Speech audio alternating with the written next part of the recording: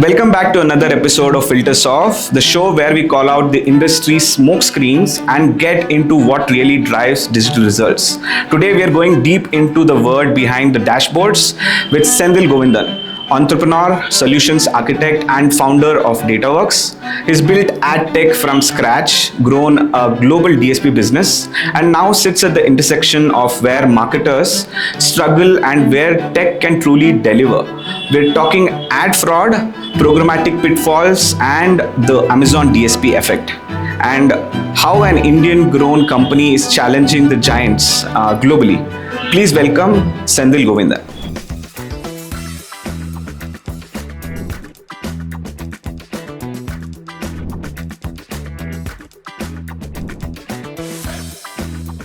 All right, Senthil, welcome to Filters Off. Welcome to the show. Thanks. Good to be here. Okay, without further ado, let's go to the segment one, transparency in AdTech, the partner's view. Senthil, you've spoken out about the Google AdTech trial and what it means for accountability in our industry. From your side as a DSP partner, what's really changing in how platforms are being forced to reveal their workings, and what does that mean for agencies, marketers, and what they are relying on your stack for, right? So what is your view on this? I mean, first of all, it's about time, right? So I remember like close to a decade ago when I first started, when Datawrkz started in 2014, about 2015, I started flying out to the US, like talking to various brands and agencies, right? To say, okay, this is what we have. From the very beginning, we have been talking about transparency, right? And at that point of time, there were very few large brands that used to talk about it. So I remember headlines around Kellogg and Amex and Procter and Gamble, right? Asking about, okay, how, what's happening with transparency? We demand transparency from our partners. But as you go down the size scale or the size spectrum, right? When you talk to when we used to talk to mid-market brands or mid-market agencies, they really had very little idea about what this was, right? And I remember there was one agency we started working with that literally at the end of the first month, right, before we had done anything at all from a true media optimization standpoint, at the end of the first month, they came back to us and said, look, is something wrong? Because our bills are about 30% less than they used to be, right? And that shows you that, obviously whoever they were working with prior to that just was not transparent, right? They were not communicating the true cost of media and how much they were charging on top of that, right? So it's really, to me, like as kind of a personal mission almost, is really encouraging to hear that the industry actually is talking far more about transparency at this point of time, and I really hope that trend continues. Yeah.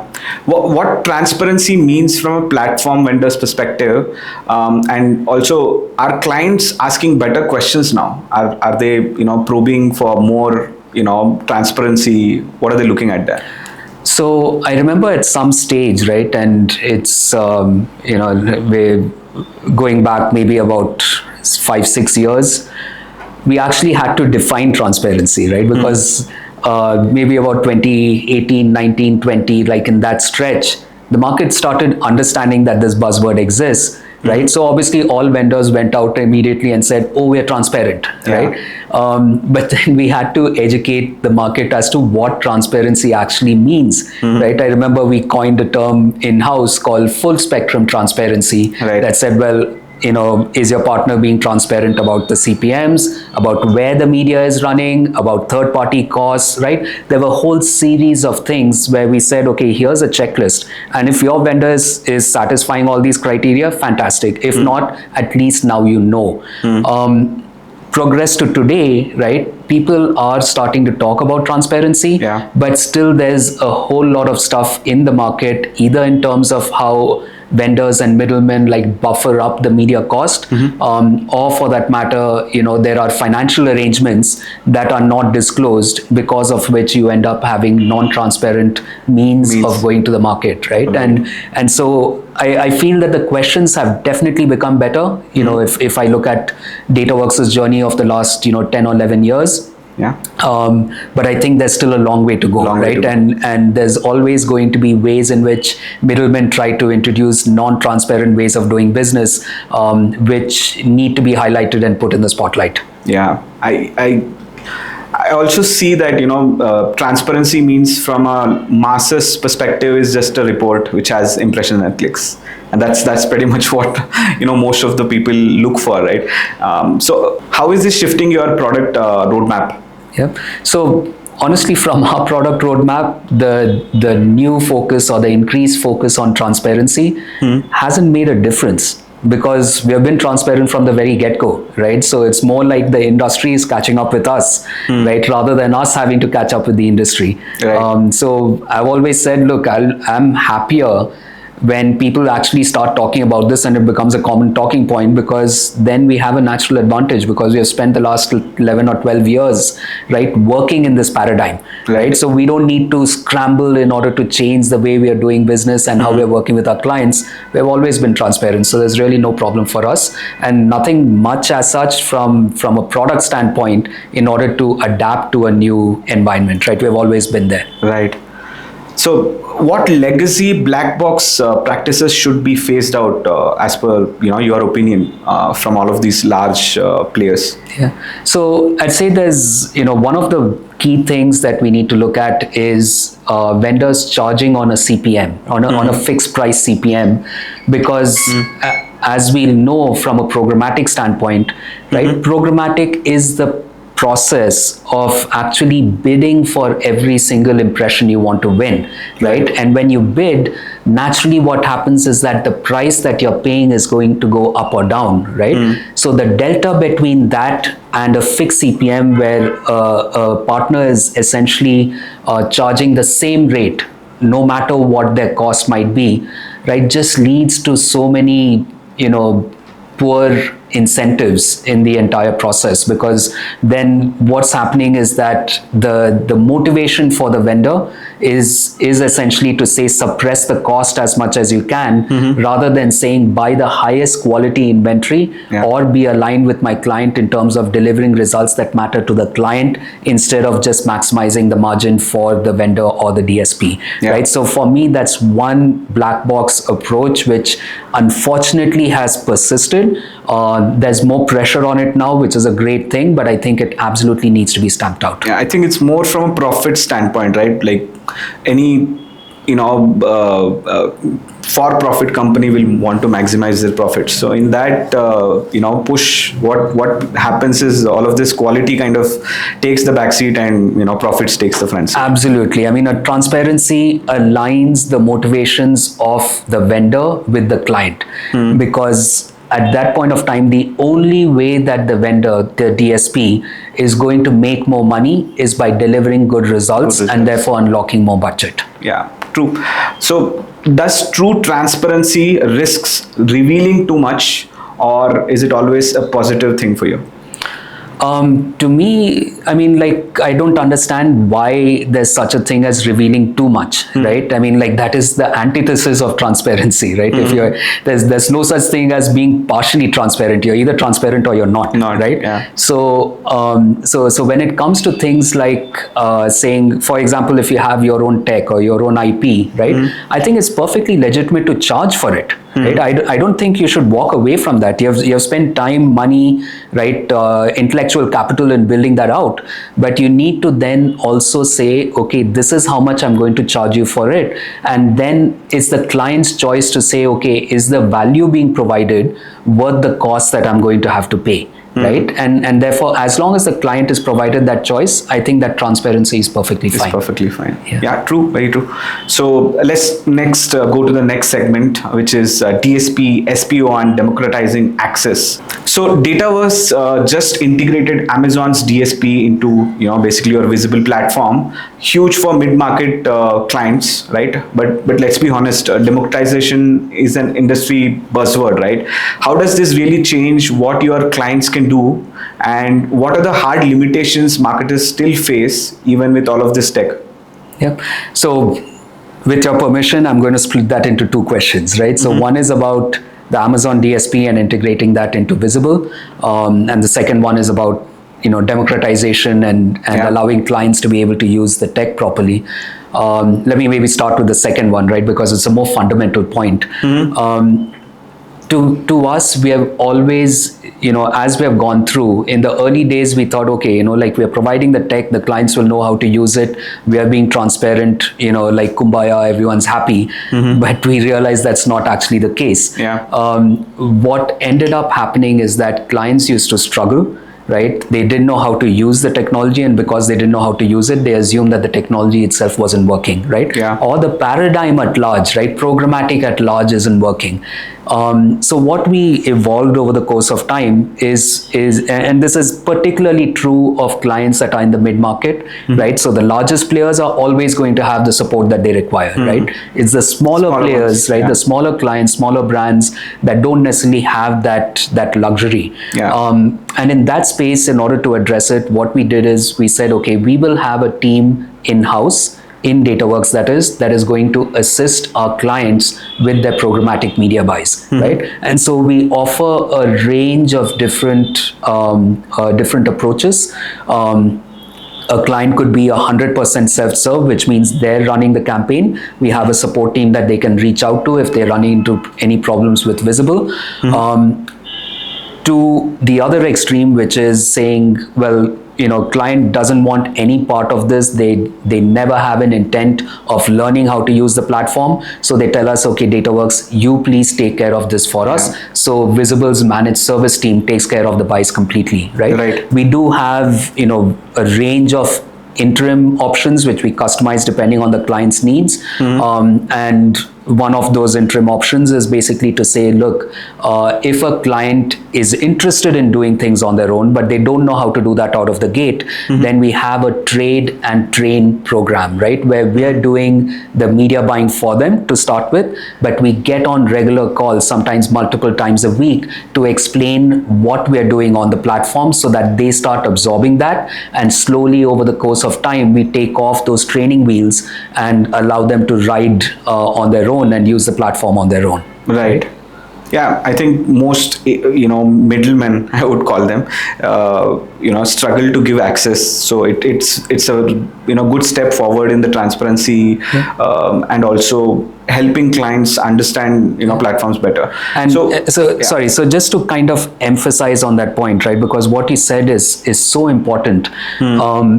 What we do, even when we're running a managed service campaign, is we give the client a login. Managed service for us is not a carte blanche for us to go and do whatever we want, right? It is only to assist the client, right? So they still get to log in, they still get to go poke around, see what we're doing, they get their live real-time reports, right? So all of that stays the same. The only difference is our team essentially acts as an extension of their team, right? It's almost like they have an expert programmatic trader, except instead of that person being on their side of the wall, it's on our side of the wall. Right.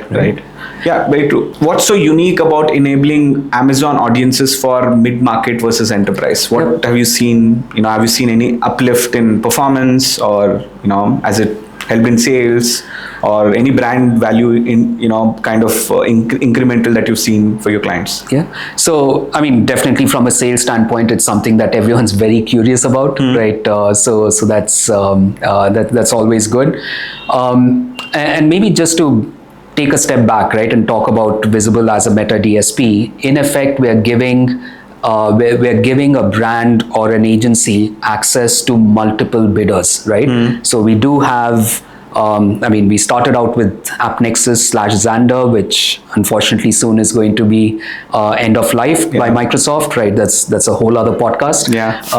And then, there's Amazon DSP, there's Beeswax, and soon we'll also be integrated with the Trade Desk bidder, right? So in effect, a client can come in and tap multiple audiences and different types of unique inventory, right, in one location without having to worry about the minimums that come with each of those. We have also simplified our UI so that, some of these DSPs can be quite complicated to go in and operate, right? So our UI takes our operational knowledge and bakes that in so that certain options, like if it's bad for you to choose a certain combination of options, our UI will essentially remove that combination. automation, Okay. right? So we are doing, we're constantly taking our in-house operational expertise as to how to use those different bidders and baking that into Visible so that clients get the best possible outcome. Right.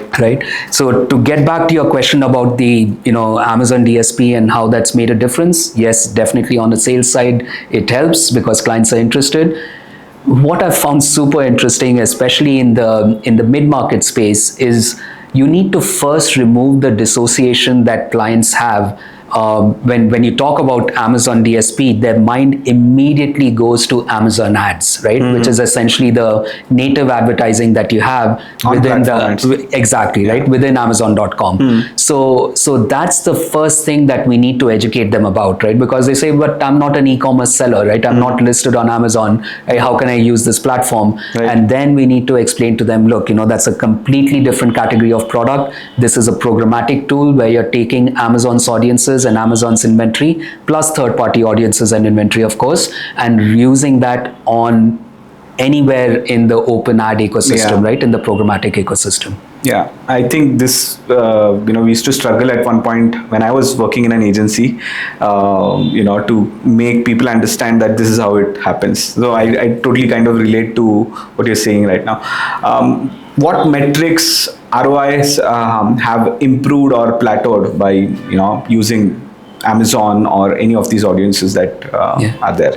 So, to me, look, at the end of the day, within the AdTech ecosystem, right, we're so consumed by ourselves. But really, when you think about AdTech in the larger scheme of things, right, AdTech is a tool or a bundle of tools that's being used in digital marketing, where digital marketing is still part of marketing, and marketing is eventually being relied on in order to drive more revenue. Right? So, it's so easy for us to get fixated on metrics that matter from an AdTech standpoint and lose track of the fact that, what really matters is the result that makes a difference to the client's business, right? And end of the day, what that is revenue. Right? Now you can track backwards from there and say, in order to reach a certain revenue, I need a certain number of sales, I need a certain number of leads, right? And that, potentially goes further upstream from there. But in my view, as long as you're focused on that eventual goal, which is, does what I'm doing impact the client's revenue and increase that revenue or not, you end up measuring the right things because they're all in eventual, in eventual unison with that revenue result that you're trying to drive. Yeah, very true. One of the analogies that you talked about, I relate it to from a consumer standpoint, where we are just doom scrolling things rather than just going to that particular content that you really wanted to watch, but then you end up on some other video, right? That's what happens when you look at all of this jazz that's going on the AdTechs. So how do you protect against things that are like probably people do DIY and in-house and it goes wrong? What do you think? How should they look at it? So in the early days, this happened to us, right? We were either too trusting or too naive, right, depending on how you want to label it, and we allowed access to Visible to people who would, who started using the platform, and we started realizing that there were certain patterns of behavior which really, threw a few flags, right? So we went and took a look, and we realized that there were some players who were trying to upload malware in their creatives. There were some that were trying to redirect users to a landing page that was not legitimate, and so we had to evolve our internal practices to prevent this, right? So we became much stricter about the usage of ad tags, of creative tags, that is. We we started instituting more malware checks on the creative when it was actually uploaded, which checked both the creative as well as the landing page. Right. Started looking at how do you detect if there's a change in the landing page or a redirect from the landing page. Yeah. Right. So these were multiple things that we did. Plus, we introduced a bit of a financial disincentive in that we said, in certain cases, right, if we weren't completely confident about the client, we would ask for a security deposit, which was, forfeit if they tried any of these tricks on Visible. Okay. And how did that help? Did that? I think it cut out a lot of the challenges that we were seeing in the early stages, right? Now, I'm not by any means saying that we are 100% foolproof, right? But at the very least, we keep trying to institute some of those checks to ensure that fraud or fraudulent practices are not driven through our platform. Okay, great. All right, Senthil, so let's go to the next segment, segment 3, global AdTech expansion, building from India and scaling worldwide, right? Your acquisition of Space and Time in the UK is big, but as a DSP, what are the real challenges of blending India's engineering and speed with Western agency culture and client expectations? How does this shift your product and talent strategy? Got it.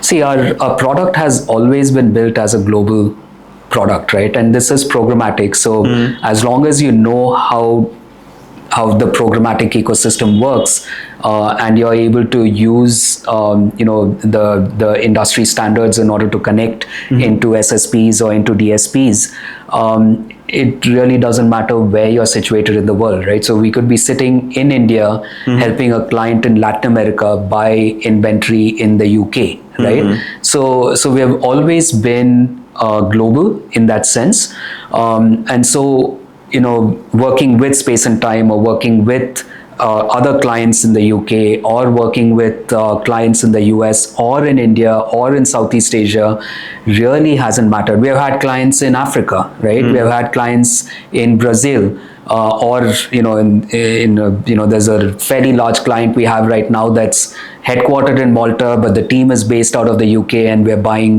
global inventory, including Latin America, Eastern Europe, Far East, and so on. So I think, it really hasn't changed the approach. I think what does matter, especially from a Space and Time standpoint, which we are both super excited by, both Space and Time and Datawrkz, is to be able to tune Visible into vertical specific offerings, right? Okay. So bake in industry processes and best practices into the flow, right? Potentially into certain types of predefined targeting, so that it becomes easier for a client to launch their campaigns, right? So that's one of the areas that I think has really helped after the Space and Time acquisition from a Visible standpoint. Okay, where do you see India leading versus learning? Where do you see the talent and the skills coming into effect in this leading versus learning? So I'd break this into two parts, right? So really Indian talent, right? If you look at it, and I assume you're talking from a global standpoint, right?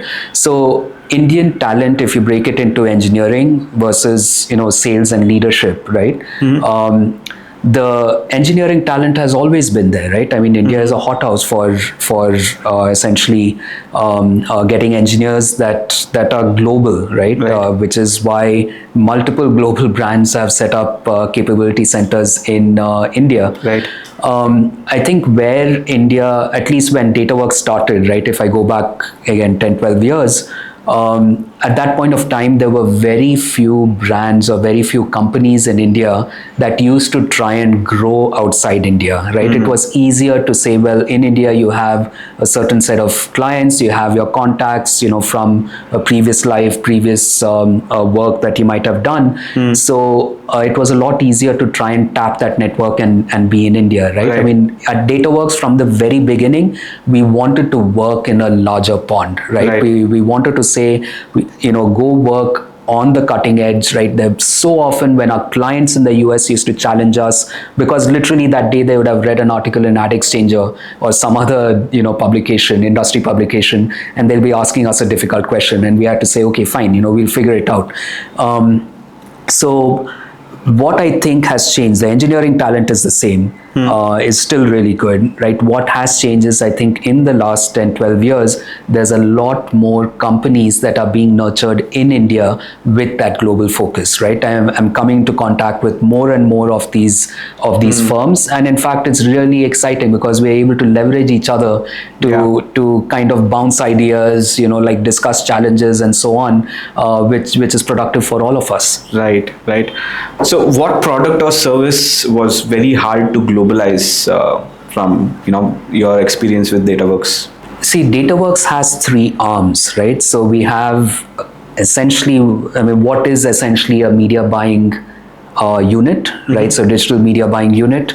I wouldn't go as far as to call it an agency, but we essentially are a pure play media buying team, right? Consulting, help with attribution, help with understanding how to structure your media strategy, media plans, execution, optimization. That's one unit, right, on a cross-channel basis. The second is Visible, which we have been talking a lot more about, and the third is our supply side team that helps publishers with increasing their revenue, right, from the traffic that they're getting. To me, Visible was probably the easiest to globalize, right? Because what you're doing in one place, by and large, is the same as what you're going to do in another jurisdiction. The media buying agency / unit, probably slightly less so, because you do have jurisdictional specific functionality that you get in certain platforms, right? So, Meta might introduce something in the US before it does in India or in Southeast Asia, or for that matter, you have a TikTok, which is going to be used everywhere else in the world other than in India because of the ban, right? So there's those kinds of things that you need to navigate, and so there's a little bit more difficulty in that. The supply side unit, right, is where I think, practices in media monetization, the CPMs that publishers tend to get, and therefore how you need to react to that, that becomes so unique, right, from a region to region standpoint. I think we have done a fairly good job of solving this on a cross-region basis through a combination of products we have built as well as services. But between these 3 arms, I'd say it's really more of a supply side team working with publishers that has found it a little bit more difficult in order to expand globally. Right. Okay. So adding on to that, what's been the impact on Datawrkz's own evolution, right? What's changed most post your acquisition of Datawrkz? So Datawrkz's acquisition, or really Nazara, a parent company, bought a strategic stake in Datawrkz. I assume that's what we're discussing. So through that process, right? I mean, the real reason why I, as a founder, wanted to go through that process was because I felt that we were growing, but we were growing at a certain pace. I only knew what I knew, right? Personally, right? And honestly, it's a personal feeling. Like there might be better people out there, better founders out there who didn't need this. But I felt being part of Nazara, a much larger organization that has gone through so much, would actually help Datawrkz and help me to start redefining what our goals and boundaries should be. Right? Okay. And I think it absolutely has, right? I mean, our thought process, the way we are looking at things, the fact that, for example, we went and acquired Space and Time in the UK, I don't think that would have been in my consideration set at all, right? Before Nazara came into the mix. Right. And they've been really encouraging, supported through that process, right? So I think that's probably one of the biggest shifts that has happened post our selling a majority stake to Nazara. Okay, so let's go to the next segment, ad fraud and media wastage, right? Solving for scale. Everyone loves to talk about, fighting ad fraud, but as a DSP, you are sitting in the middle of all of this, right? Like between the source and the spend. What are you doing differently now to tackle fraud? And, how do you prove real savings to your partners, your clients? Yeah. So, look, first of all, I think, unfortunately, wherever there is a financial incentive, right, you are going to have a subset of people, a subset of fraudsters, right, trying to go after that and try to make money, right? Which and AdTech is no exception. Like the difference is, like until maybe like all of the last decade, it was absolutely the Wild West, right? I mean, you go do whatever you want and no one's really going to be there to call you out on it. And a lot of those people actually got away, right? I mean, like they would scale up, or even certain ecosystems, I don't want to name names, but there were certain ecosystems that scaled up by allowing fraud to go through them. And then they got to a large enough size where then they said, okay, now we can clean it up and, we go legitimate. So the point, to cut the ramble short, is really to say that fraud's always been there and potentially is there and potentially always will be there, right? Yeah. What you need to do is say, how do I try to minimize fraud to the extent possible, right? You use various tools, you use various third-party platforms that actually like mFilterIt, for example, right, which assist you with that process of identifying fraud so that you can choose to eliminate the fraud, right, whatever fraud is identified. To me, the one foolproof system, or I guess a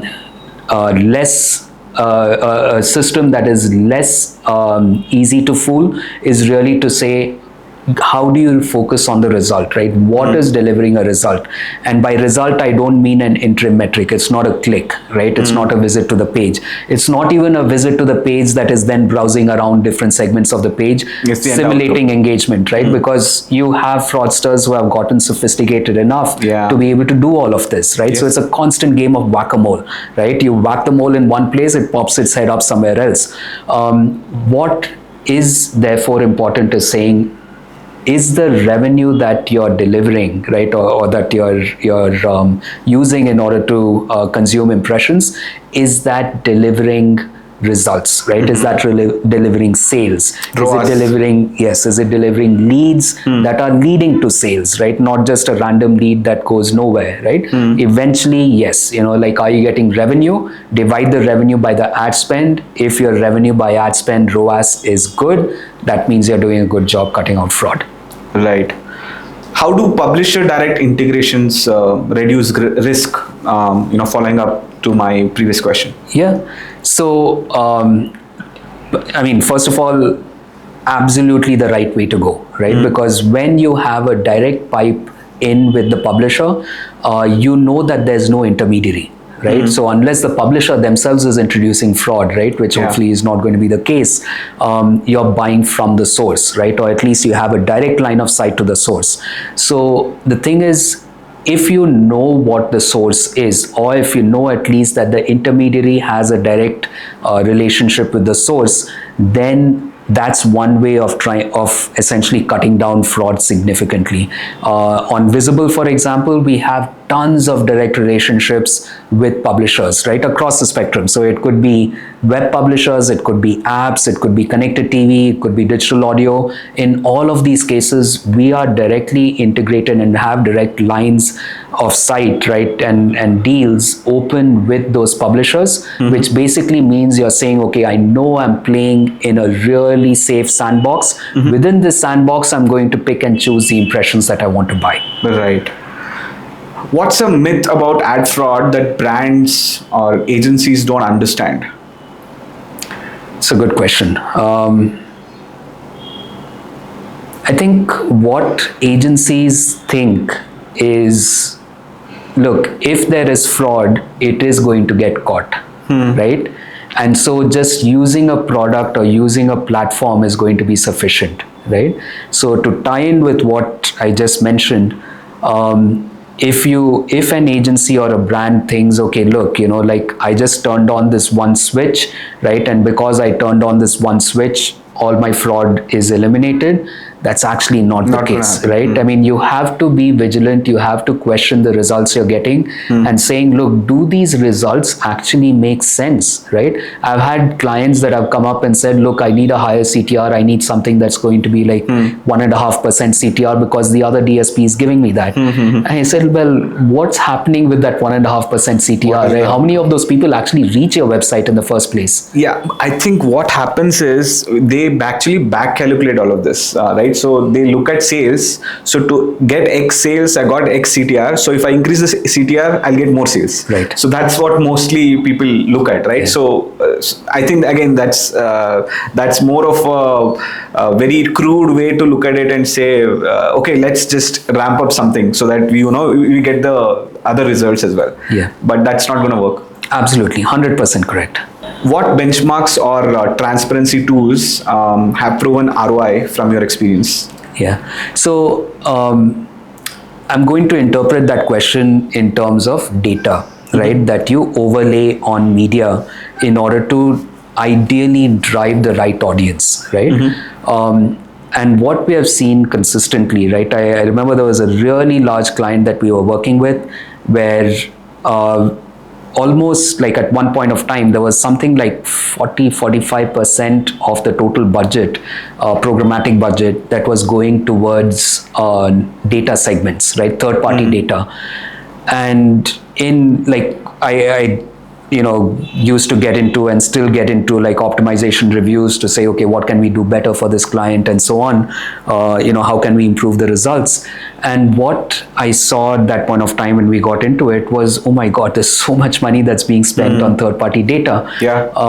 Even now. So, well, we still do it, but on a limited basis, and I'll explain why, right? So I said, look, just cut it out completely, right? So if I have a media CPM of $1, right, and I have a data CPM that's another $1, ideally some result should improve by a factor of 2x, right? If it's not improving by a factor of 2x, why are you spending that additional $1, right? Yes. So once we phrased it that way and we said, okay, let's do that A/B test, right? We said, okay, half of the media we're buying, we're just going to completely eliminate third-party data, right?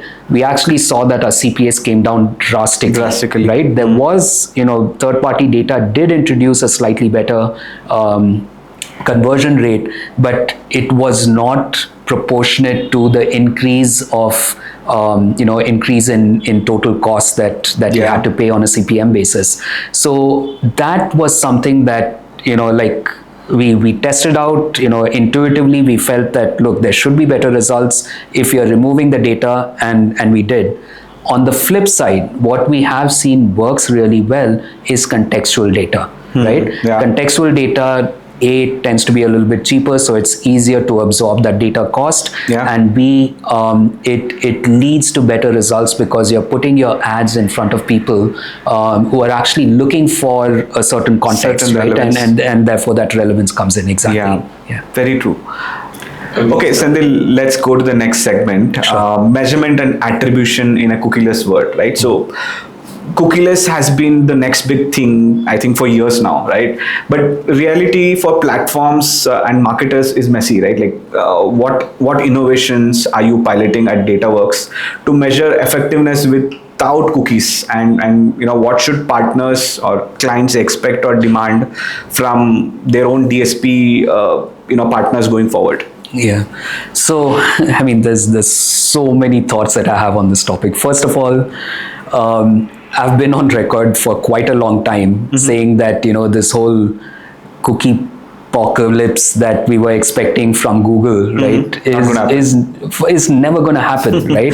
I mean, there was just too many challenges, and I don't even mean that Google was trying to, do something on their side that was nefarious. It was just that the environment was against it, right? From a regulatory standpoint, because Google also has Chrome, right? They then have insights that are denied to others, right? So from an anti-competitive standpoint, even if Google was potentially trying to do the right thing from a privacy advocate standpoint, right, it was absolutely the wrong thing from an anti-competition standpoint. And given all the challenges that they were facing, right, my personal view for quite a long time was that was not going to happen, and that's what eventually ended up being the case, which meant for 3 years, right, we had a lot of people who made a lot of money, right, just talking about how cookies are going away, right?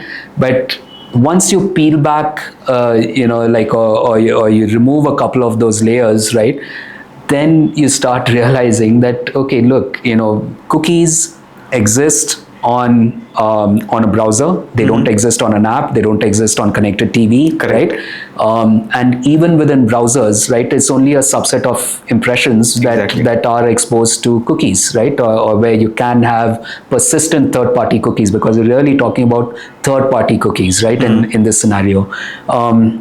So Chrome had cookies, but if you take a look at Firefox, if you take a look at Safari, they're all replicated cookies a long time back, yeah. right? And depending on one country to another, or one region to another, Chrome has anywhere between, let us say, a 60% to an 80% share, right? So potentially as high as 40% of browser-based traffic itself was not, was not traffic where you could rely on third-party cookies, Yeah. right? So that's the second, kind of layer. Then the third layer is when you look at, going back maybe to how Datawrkz used to approach it. To me, like, third-party cookies are important for two reasons, right? One is to target, right? So to have third-party data partners who will then allow you to target audiences, where those audiences are defined by the third-party partner, right? By no one else. So you need to trust them in order to actually leverage it, right? And the second use is attribution, right? So to say, okay, someone saw an ad, someone clicked on an ad, they actually went to a website and converted, right? So what we have done for quite a long time is come up with alternate mechanisms. This is well before there was any talk about cookies going away. We all at Datawrkz, we always had alternate mechanisms to measure how many people are actually going to a website, and of those people, how many of them are converting, which were all measured in aggregate, right? But how do you fill the attribution gaps? I mean, for example, if this Chrome is something where you can do it, but what about an iOS device or somewhere else where that gap is still there? How are you doing that? So we would work with the client, right, to say, okay, how do we send signals to you that you can then capture in your first party environment, right?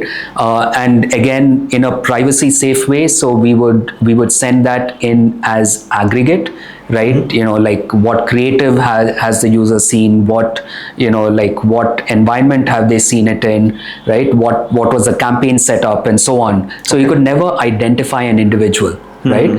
But at the same point of time, you could talk about different cohorts and have a breakdown of those cohorts into sub cohorts that are actually giving you a result, right? So those are processes and methodologies that we have had for a really long time, right? So for us, from a Datawrkz standpoint, it really did not matter that much, because we are able to measure the conversions. We're able to measure what sources of traffic, what types of creatives, what time of day, etc., is actually leading to a result, right? And that is far more important when you're starting from a result first standpoint. Right. Picking up on that measurement piece, what measurement blind spots still scare you? The whole metric of CTR is just so ridiculous, right? I mean, people think that they're running a good campaign because the CTR is high, right? The CTR being high, well, first of all, you need to see how many of those clicks, assuming no fraud in this scenario, right? How many of those clicks are actually leading to a visit on the site, right? And if that drop off is sharp, right, then you say, well, what's the point of getting the click in the first place, right? More likely than not, it was some website where the ad is placed in such a way that, there's an accidental click, right? It's very easy to induce an accidental click, which is why the CTR is high, right? So, I mean, like, there are instances where we have seen in previous reports, right, with a previous DSP, that they were having 5%, 8% CTR. And we said, look, as soon as you see a CTR like that, you should think to yourself, something is wrong, right? And you should go back and investigate what's happening. I think 1% itself is a... Absolutely, absolutely. Sub 1%, at the very least, you can say the reasons for it, right? Over 1%, unless it's, like a really, contorted scenario where the publisher is trying to force everyone to click in order to move forward, there's no way you're going to get that. What advice do you have to your clients how to future proof their data, the campaigns, their digital strategy? From a cookie standpoint, From cookies, clicks, being one of them, right? Like all of the, forces that are there to make ROAS your guiding metric, right? So as long as you're getting return on ad spend, ROAS, right? As long as you're getting ROAS, you're doing a good job, right? Focus on how to increase your ROAS.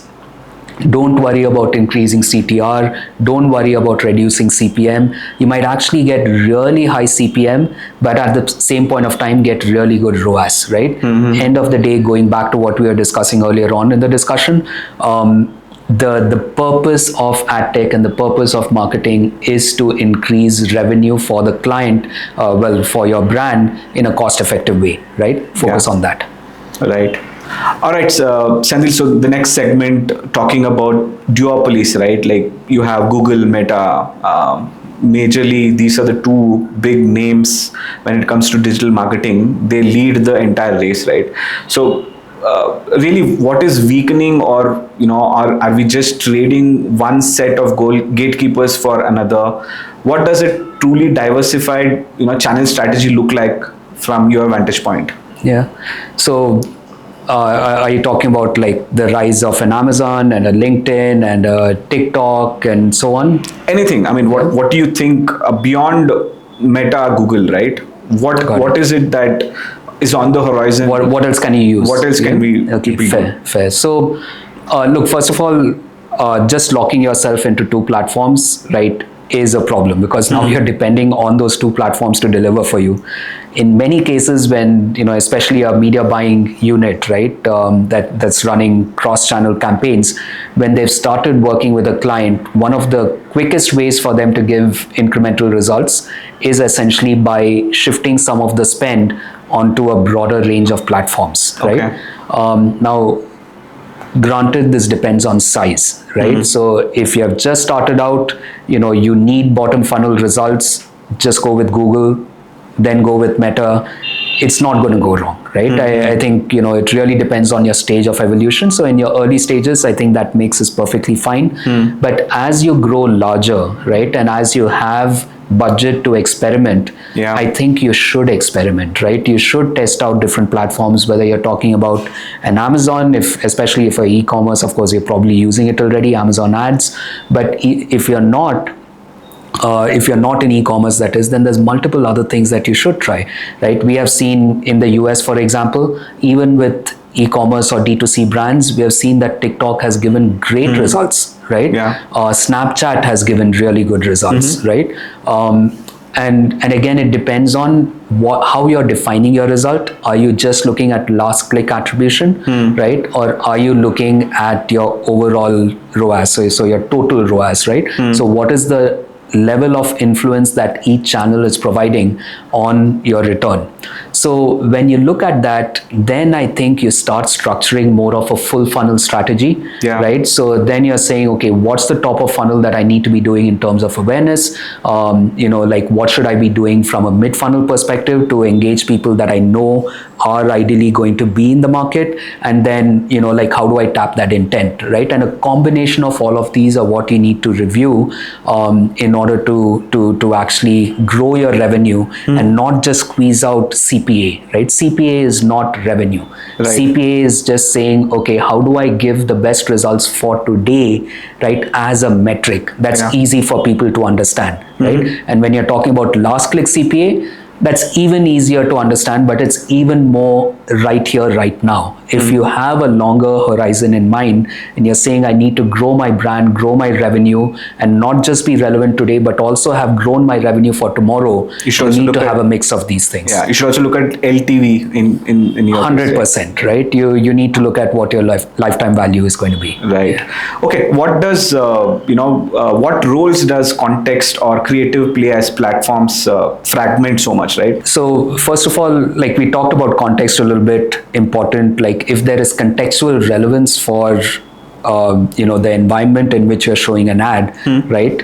There is going to be a natural inclination for the person who's actually reading that page or going through that page to respond to the ad, right? Right. Talking about creative creative to me is something that's, I always say it's orthogonal to your performance, right? And what I mean by that is you could be operating on one plane, right, where you have so many different parameters, right? All of us in the media optimization space love playing with data, right? We are like, okay, give me all the data that you can give me, and then, I'll figure out what's that one small subset of that divine combination of parameters that is giving you the best result.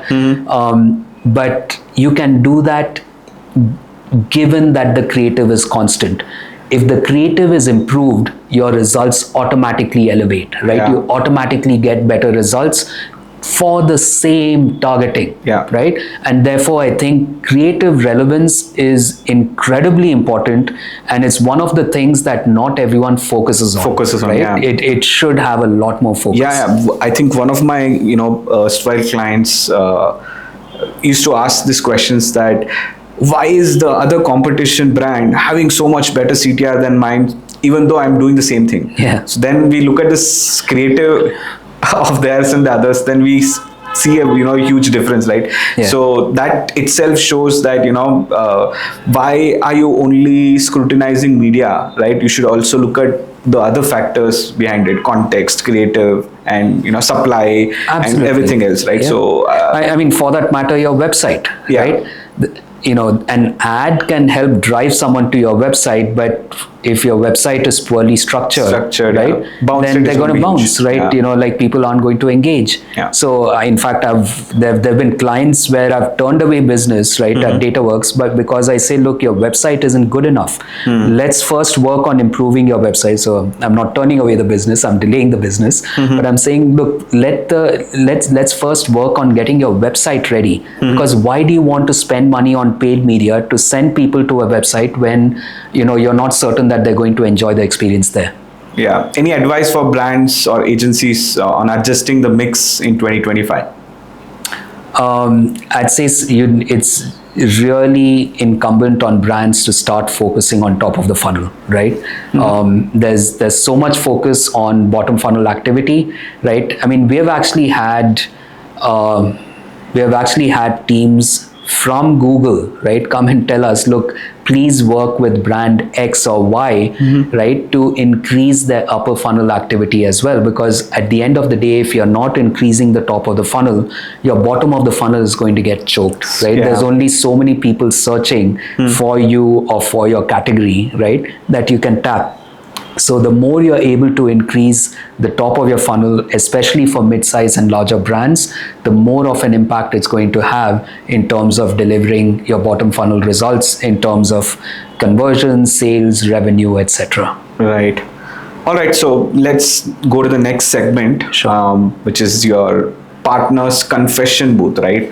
So looking back as a DSP and an enabler, what's an AdTech trend or tactic you were very excited or wanted to build or push early on in your career, but now you realize that it was overrated or even damaging at that point?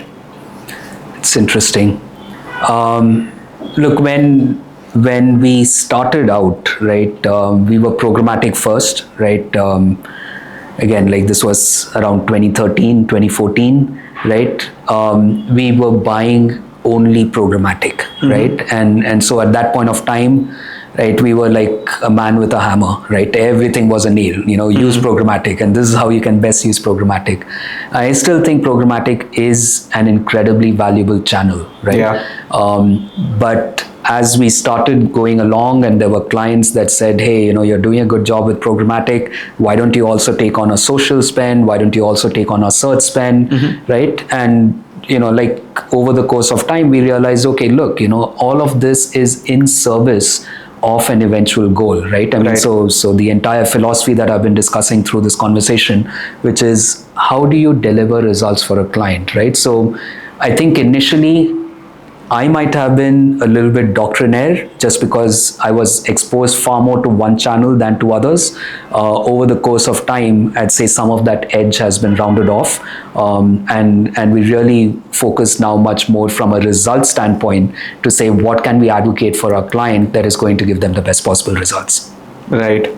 Okay, so Senthil, let's go to the next segment. Usually with marketers, we ask, if we give you 5 crores, where will you spend? Yeah. Except from Google and Meta. For you, it's a little different. We have flipped it a little. So let's say you have 5 crores. Where will you spend not on media, but to build something, in terms of tech or, any kind of platform that you want to build? What would that be?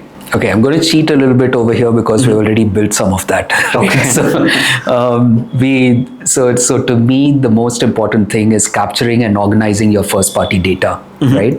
So assuming you have no media spend whatsoever, how do you maximize outcomes for yourself, right? So, right. I mean, first of all, there's all your classic stuff like earned media, right? So you can post a lot more on social media channels, right, and start getting more inbound that way, right? More engagement, more inbound, more searches, more organic results, SEO, more direct traffic, all that good stuff, right? So I think earned media is one of the ways that you absolutely can increase things in the absence of paid media, and I think a lot of brands obviously do that as a first step, right? So setting that aside, how do you organize your first party data, right? And when I talk about first party data, it could be your email automation, could be loyalty system, could be CRM, could be point of sale, right?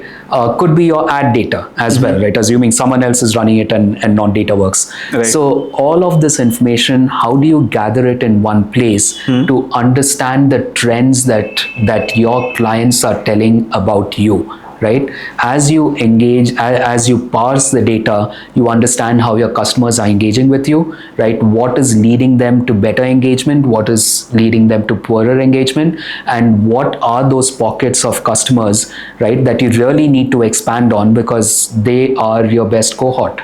Right. And so at Datawrkz, we have built a customer data platform, like it's 100% proprietary, homegrown, where we do exactly this, right? Which is essentially unifying all these sources of data so that you can draw insights and, assuming that you can do some paid media, how do you then target a subset of this? How do you work towards lifetime value rather than just a one-time transactional CPA? Right. And within all of this, where would you invest your maximum from giving that value to your partner? What would that one thing be? Where would you maximum invest on? Yeah. So I'd say that assuming no media, right, over here. So I'd say the first thing that you can consider media. Consider media as well? Not Google and Meta. Okay, outside of Google and Meta. So if you're in e-commerce, you absolutely need to be looking at Amazon and Shopify, right? I think that's the most important critical thing. But again, that's a bit of a cheat because I kind of club it in with other lower funnel tactics, right? Similar to Google. Outside of that, I'd say explore different social channels, right? There's a bunch of them, even in India, right? So if you look at a Snapchat, you have a certain user base in India. There's also ShareChat. There's ShareChat, so many others. absolutely, 100%. If I'm looking at a more global basis, there's also obviously TikTok, which has become a behemoth, right? It's massive, or LinkedIn if you're in the B2B space. But beyond all of this, focus a lot more attention on top of the funnel, right? How do you drive awareness, right? But not drive awareness in a, this is my awareness budget, throw it away, use it for an awareness channel and forget about it, right? You need to hold your top of funnel awareness channel accountable for how it is eventually trickling down to results, right? How is it trickling down to sales? How is it trickling down to revenue, right? And that is where that customer data platform that I was talking about helps you construct a customer journey, helps you understand what's the sequence of touches across different types of media platforms or non-media platforms that are eventually resulting in conversions. Yeah. Okay, again, adding to this, any moonshot you wish you would want to pursue? Something that's very distant, but you want to, kind of, if you had the power and money, you can get there.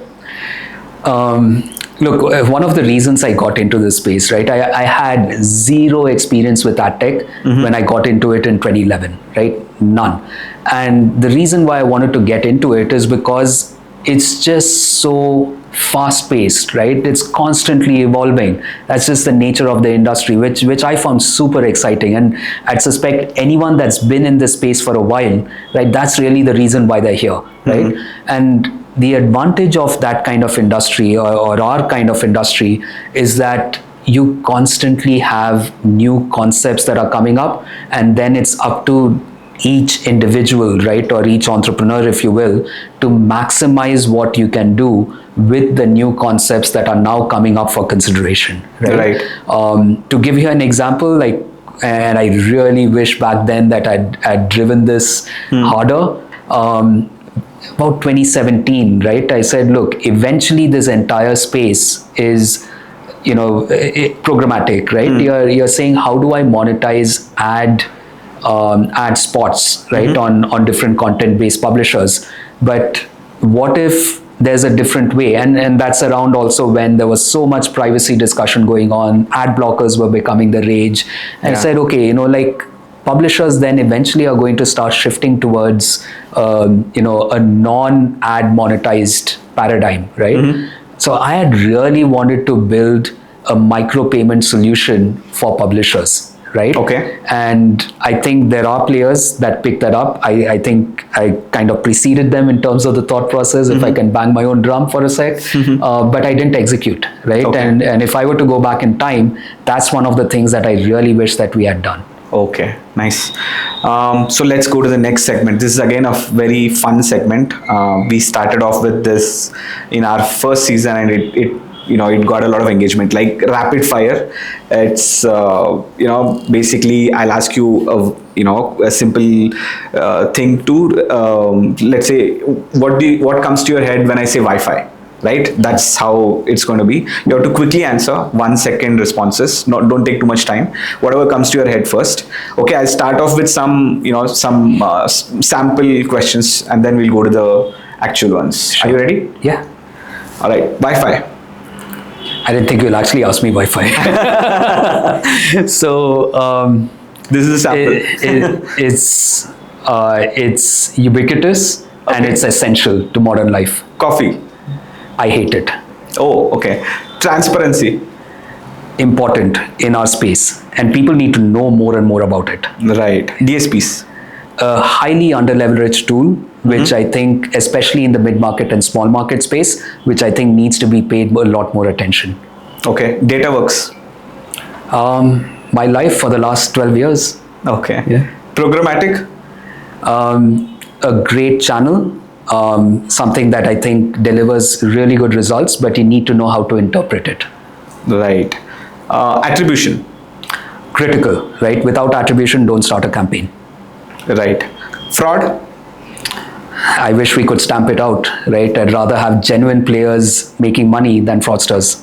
Ad networks. More or less extinct at this point. Like both of us started, we worked together in an ad network at some point, but I think they still serve a purpose. But I think highly verticalized ad networks can help in a scenario where access to that type of inventory is difficult. Okay. I think creative also has become one tick mark for choosing a specific ad network. They build some creative capabilities around themselves. You're value enhancing at that point. Yeah. Okay, so role reversal, right? Pretend you are an agency head, pitch Datawrkz back to yourself in 20 seconds. Great partner, they've come in, they've helped us reorganize everything, and they're giving us genuine results and genuine solutions, and they keep coming up with ideas that help us improve. Okay, nice. Okay, if Google, Meta, and Amazon walked into a bar, who picks up the tab first? I think Amazon should, because it's the bottommost part of the funnel. Right, so anything Google is doing or anything Meta is doing is eventually leading to business to them. So they should absolutely be paying Google and Meta and not the way things are going. I think it will be the other side. Okay, one more. So what's the funniest client question you have ever received from your client about programmatic? This was so absurd that it's funny, and unfortunately it still exists. I still get this question, which is, can I buy on a CPA, right, through your DSP? Okay. right? And I'm like, how does that happen, right? I mean, like, you buy on a CPM. That's the whole point of programmatic. Unfortunately, there's enough affiliate platforms out there that try and pretend that they're programmatic, and therefore a lot of performance-oriented marketers, right, have started thinking that programmatic is actually bought on a CPA instead of bought on a CPM. Right? Actually, for me, one of the stranger questions from I would not name who it came from. They said that just take the campaign live. I was like, where is the creative? And the creative will be shared later. You can just take the campaign live. But burn my money. Give us your best and worst pickup lines a DSP might use at an AdTech party. I'm cheap. both best and worst. Both. Give Datawrkz a new name using only cricket or movie references. I was going to go with The Wall. Okay. Right? Because like Rahul Dravid, right? We don't believe in hitting sixes, right? We believe in constant progress, Longevity. right? And making sure that you're getting to your objective. Nice.